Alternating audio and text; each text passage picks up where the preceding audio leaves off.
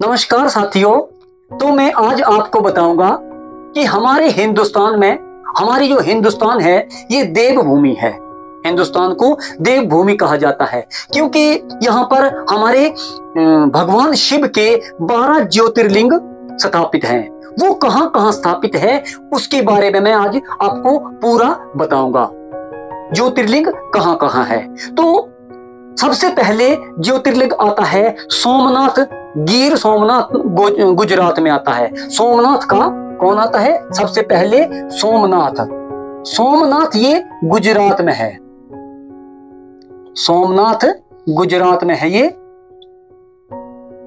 गुजरात, सोमनाथ गुजरात में है। सोमनाथ का जो मंदिर है वो गुजरात में है और वो 12 ज्योतिर्लिंगों में से एक माना जाता है। आपको पता है इसको लूटा गया था जब मोहम्मद जो आया था 10वीं शताब्दी में आया था। उसने यहाँ पर बहुत ही लूटपाट की थी सोमनाथ के मंदिर में। मोहम्मद जो गजनी आया था उसने बहुत ही लूटपाट की थी। उसके बाद आता है जो दूसरा मंदिर है, ये ज्योतिर्लिंग है। 12 ज्योतिर्लिंगों में से दूसरा ज्योतिर्लिंग आता है मल्लिकार्जुन। मल्लिकार्जुन जो है ये श्री शैल्या आंध्र प्रदेश में है। कौन सा? श्री शैल्या आंध्र प्रदेश में है ये ज्योतिर्लिंग मल्लिकार्जुन। दूसरा आता है मल्लिका अर्जुन।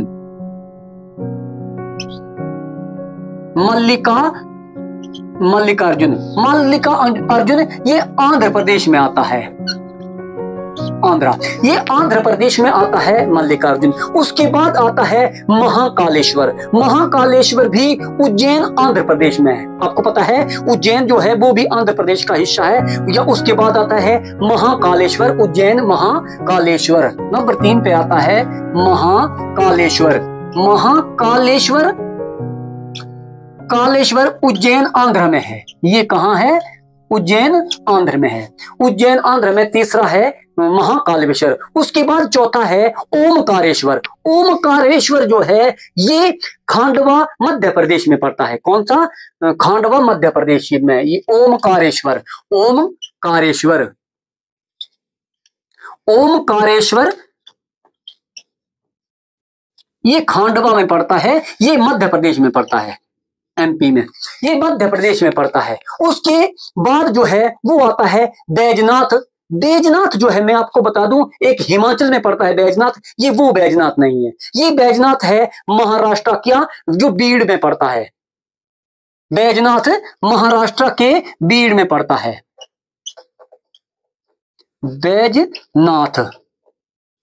बैजनाथ महाराष्ट्र में पड़ता है। ये महाराष्ट्र बीड़ में पड़ता है। उसके बाद आता है भीमाशंकर। भीमाशंकर भी महाराष्ट्र में पड़ता है। ये है पुणे में। भीमाशंकर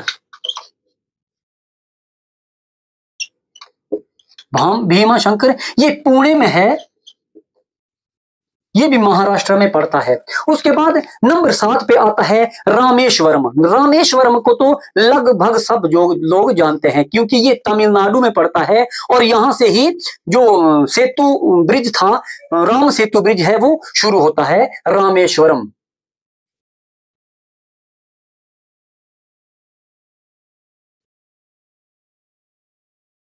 रामेश्वरम तमिलनाडु में पड़ता है। तमिलनाडु में पड़ता है रामेश्वरम। उसके बाद नंबर 8 पे आते हैं नागेश्वरम। ये हिंगोली महाराष्ट्र में पड़ता है। जो नागेश्वर है वो हिंगोली महाराष्ट्र में पड़ता है। नागेश्वर ये हिंगोली महाराष्ट्र में पड़ता है। ये महाराष्ट्र में पड़ता है नागेश्वर। हिंगोली कहां? हिंगोली महाराष्ट्र। नंबर 9 पे आते हैं फिर काशी विश्वेश्वर। कौन सा? काशी विश्वेश्वर। जो काशी विश्वेश्वर है ये बनारस उत्तर प्रदेश में है। काशी विश्वेश्वर कौन सा? काशी विश्वेश्वर ये उत्तर प्रदेश में है।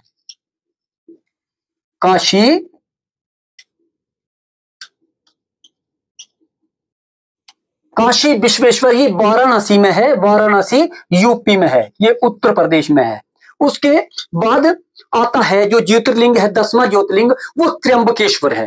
त्र्यंबकेश्वर जो है वो कहाँ है? नासिक में है, वो भी महाराष्ट्र के नासिक में है त्र्यंबकेश्वर। त्र्यंबकेश्वर, त्र्यंबकेश्वर भी नासिक महाराष्ट्र में है, नासिक महाराष्ट्र में है। और नंबर 11 पे आता है केदारनाथ। केदारनाथ को तो आप सब जो लोग जानते हैं, केदारनाथ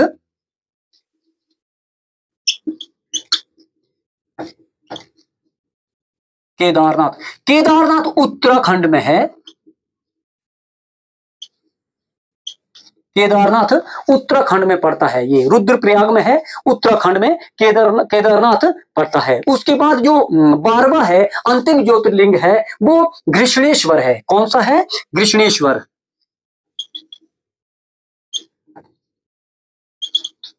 घृष्णेश्वर, घृष्णेश्वर ये अंतिम है। घृष्णेश्वर जो है वो भी महाराष्ट्र में पड़ता है। कहां पड़ता है? वो भी महाराष्ट्र में पड़ता है। तो ये थे 12 ज्योतिर्लिंग जो मैंने आपको बताया कि कहां कहां है। जो सोमनाथ का है, सोमनाथ ज्योतिर्लिंग है वो गुजरात में है।